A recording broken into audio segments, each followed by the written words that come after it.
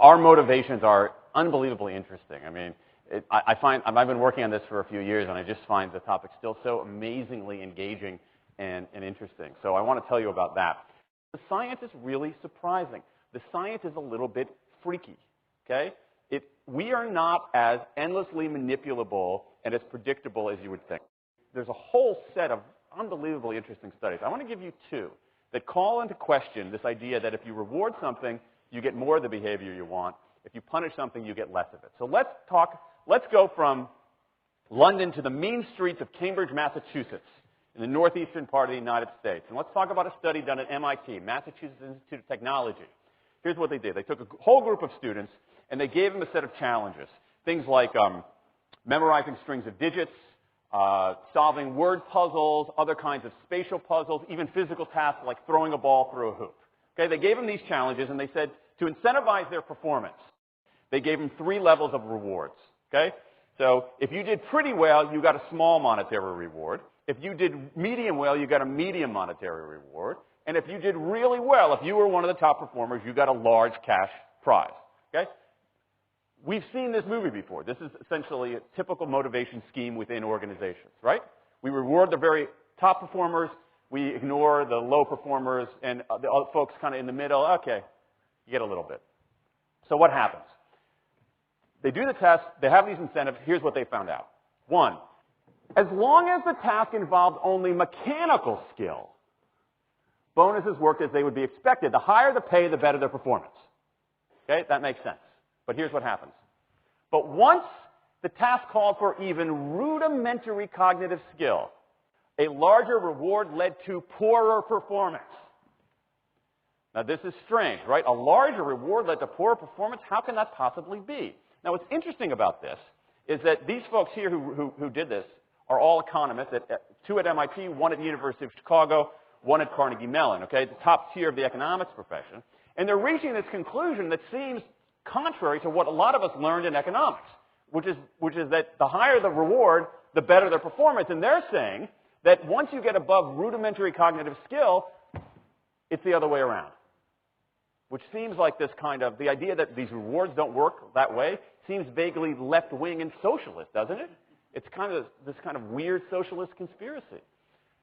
For those of you who have those conspiracy theories, I want to point out the notoriously left-wing socialist group that financed the research, the Federal Reserve Bank.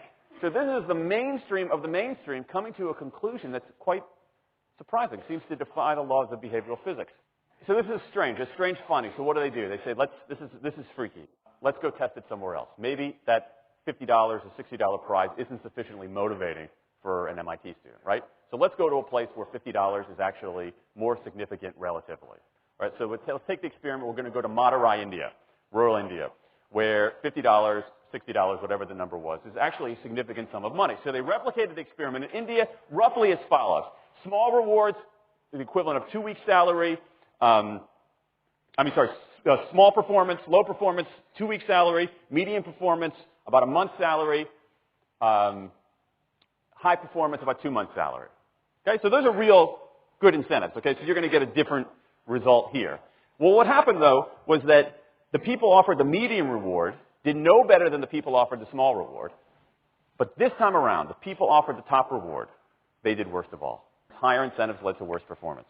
What's interesting about this is that it actually isn't all that anomalous. This has been replicated over and over and over again by psychologists, by some extent by sociologists, and by economists, over and over and over again. For simple, straightforward tasks, those kinds of incentives, if you do this, then you get that, they're great. For tasks that are algorithmic, set of rules where you have to just follow along and get a right answer, if-then rewards, carrots and sticks, outstanding. But when the task gets more complicated, when it requires some conceptual, creative thinking, those kinds of motivators demonstrably don't work. In fact, money is a motivator at work, but in a slightly strange way. If you don't pay people enough, they won't be motivated. What's curious about, there's another paradox here, which is that the best use of money as a motivator is to pay people enough to take the issue of money off the table. Pay people enough so that they're not thinking about money and they're thinking about the work. Now, once you do that, it turns out there are 3 factors that the science shows lead to better performance, not to mention personal satisfaction. Autonomy, mastery, and purpose. Autonomy is our desire to be self-directed, to direct our own lives. Now, in many ways, traditional notions of management run afoul of that. Management is great if you want compliance, but if you want engagement, which is what we want in the workforce today as people are doing more complicated, sophisticated things, self-direction is better. Let me give you some examples of this, of almost radical forms of self-direction in the workplace that lead to good results. Let's start with this company right here, Atlassian, an Australian company. It's a software company, and they do something really cool. Once a quarter on a Thursday afternoon, they say to their developers, for the next 24 hours, you can work on anything you want. You can work on it the way you want. You can work on it with whomever you want. All we ask is that you show the results to the company at the end of those 24 hours in this fun kind of meeting, not a star chamber session, but this fun meeting with beer and cake and fun and other things like that. It turns out that that one day of pure, undiluted autonomy has led to a whole array of fixes for existing software, a whole array of ideas for new products that otherwise had never emerged. One day. Now, this is not an if-then incentive. This is not the sort of thing that I would have done 3 years ago before I knew this research. I would have said, you want people to be creative and innovative? Give them a freaking innovation bonus. If you can do something cool, I'll give you $2,500. They're not doing this at all. They're essentially saying, you probably want to do something interesting. Let me just get out of your way. One day of autonomy produces things that had never emerged. Okay, let's talk about mastery. Mastery is our urge to get better at stuff. We like to get better at stuff. This is why people play musical instruments on the weekend. You got all these people who are acting in ways that seem irrational economically. They play musical instruments on weekends. Why? It's not going to get them a mate. It's not going to make them any money. Why are they doing it? Because it's fun, because you get better at it, and that's satisfying. Go back in time a little bit. I imagine this if I went to my first economics professor, a woman named Mary Alice Shulman, and I went to her in 1983 and said, Professor Shulman, can I talk to you after class for a moment? Yeah. I got this inkling. I got this idea for a business model. I just want to run it past you. Here's how it would work. You get a bunch of people around the world who are doing highly skilled work, but they're willing to do it for free and volunteer their time, 20, sometimes 30 hours a week.